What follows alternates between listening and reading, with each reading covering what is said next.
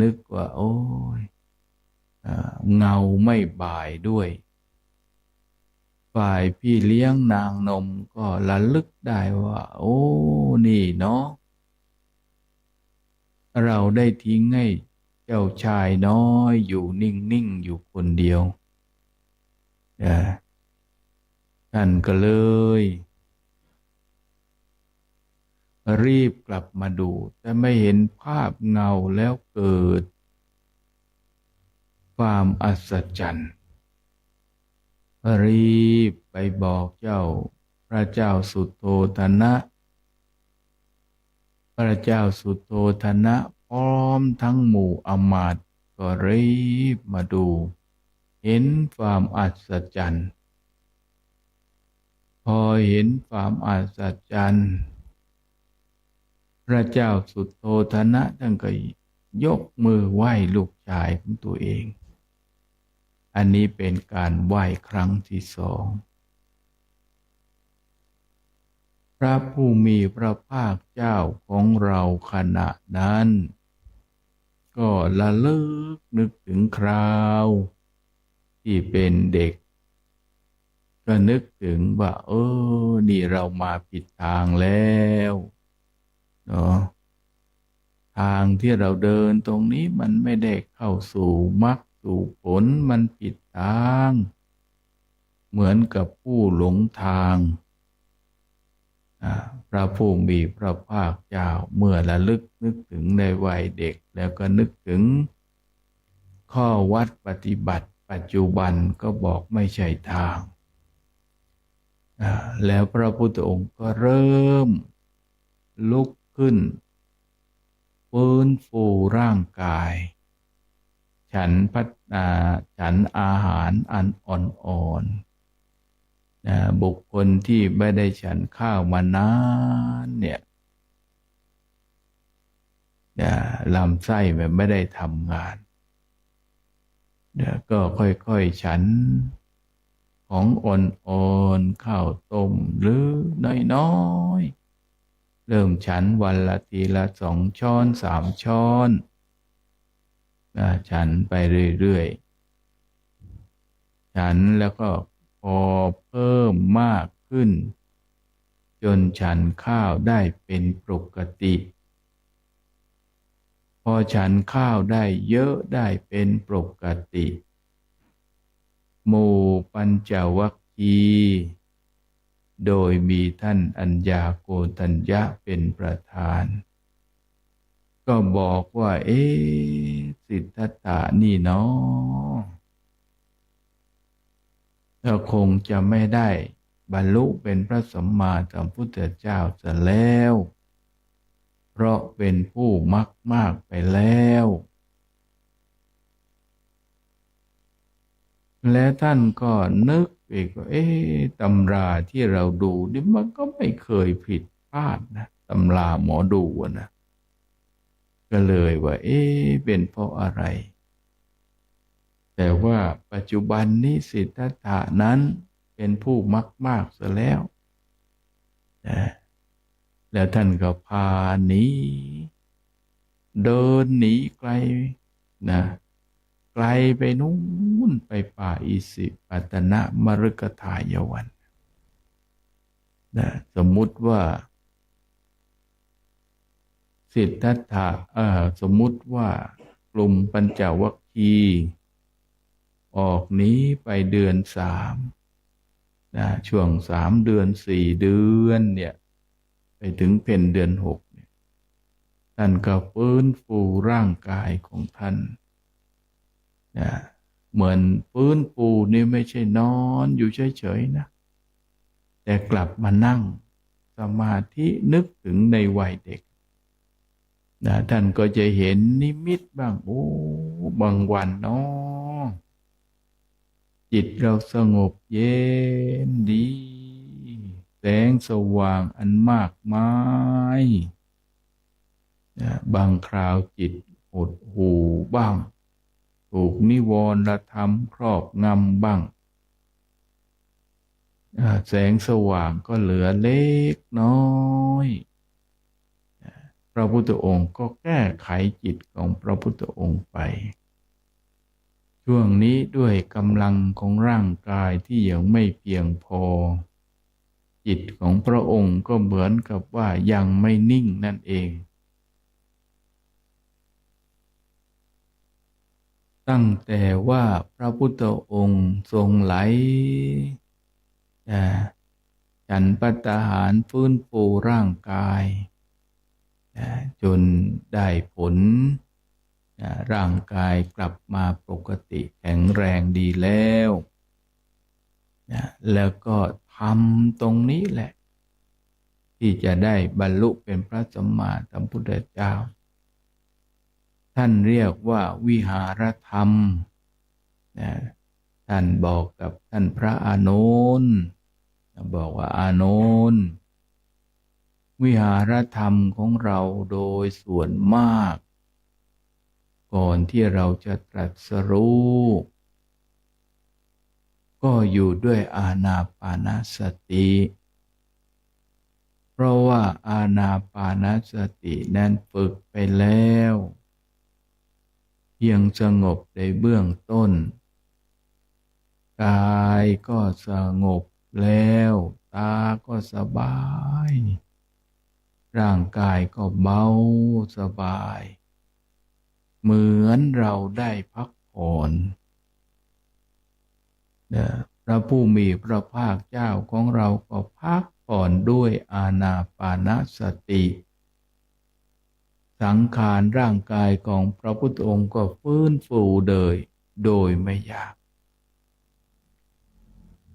ด้วยอานิสงส์ที่ว่าดูนั่งดูแต่ลมท่านทั้งหลายดูแต่ลมเนี่ยอัศจรรย์ทำให้พระพุทธองค์ทรงได้บรรลุ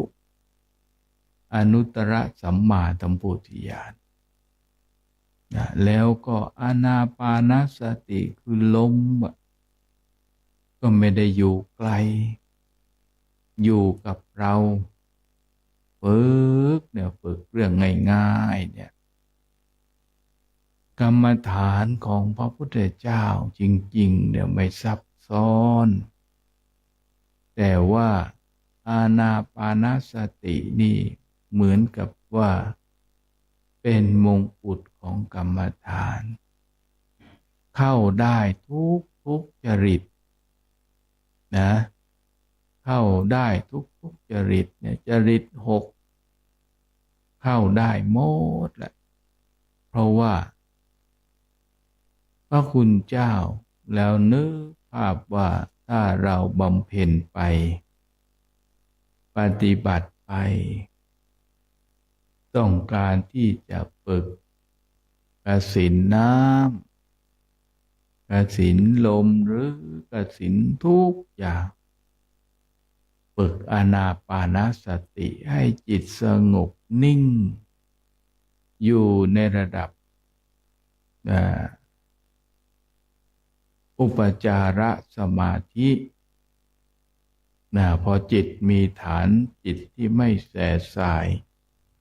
ก็จะฝึกได้ง่ายไม่ยาก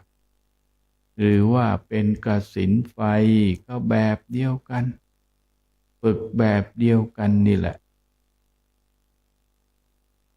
ให้เราฝึกปฏิบัติมันฝึกง่ายด้วยแต่ว่าถ้าเราเจอวิถีทางที่ถูกกับจริตของเราก็ปฏิบัติกันไปเมื่อเราปฏิบัติอย่างลึกซึ้งสงบเย็นจิตใจของเราก็จะไม่แส่สายไปที่ไหนเนี่ยจิตไม่ส่งออกอยู่กับปัจจุบันธรรมมองเห็นอยู่กับปัจจุบันธรรมเมื่อจิตของเราสงบจิตตั้งมั่นดีแล้วการที่เรานั้นการที่เรานั้น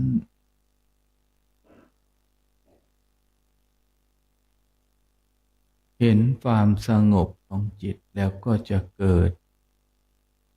เห็นคำว่าอนิจจังทุกขังอนัตตาเห็นอนิจจังทุกขังอนัตตาเห็นจากที่ไหนเห็นจากที่เราลืมตานี่แหละลืมตาเนี่ยจากผัสสะเมื่อจิตสงบเห็นรูปก็เป็นผลรูปเป็นของไม่เที่ยงกลิ่นหรือว่าอาหารที่เราได้ฉันเข้าไปก็ไม่เป็นของไม่เที่ยงเป็นของที่เข้าไปแล้วก็ออกมาตามกฎเกณฑ์ของธรรมชาติเท่านั้นเองไม่มีอะไรเป็นของเรามีแต่ความเปลี่ยนแปลงและก็ไม่มีอะไรที่เราอยู่ในโลกนี้เปลี่ยนแปลงที่เราเห็นอยู่ในโลกนี้มันเห็นแต่สิ่งที่เปลี่ยนแปลงนั่นคือกฎแห่งความไม่เที่ยงเป็นกฎปกติของธรรมชาติสิ่งของสรรพสิ่งในโลกนี้ไม่มีอะไรเที่ยงเกิดขึ้นตั้งอยู่ดับไปจากเหมือนกับว่าชีวิตมนุษย์จากชีวิตหนึ่งไปสู่อีกชีวิตหนึ่งจากชีวิตหนึ่งไปสู่อีกชีวิตหนึ่งเปลี่ยนแปลงอยู่แม้แต่ตัวเรานี่ก็เปลี่ยนแปลงเหมือนกันจากวัยเด็กก็มาถึงวัยหนุ่มแล้วก็วัยชราจนถึงที่สุดแล้วก็ถึงเข้าสู่ความตายที่เราฝึกแต่ให้เกิดสติสัมปชัญญะให้จิตสงบตั้งมั่นจุดมุ่งหมายก็คือเพื่อให้เห็นอนิจจังทุกขังอนัตตาให้เราท่านทั้งหลายได้ภาวนากันอีกสักระยะหนึ่งในเวลาอันเหมาะสมนะ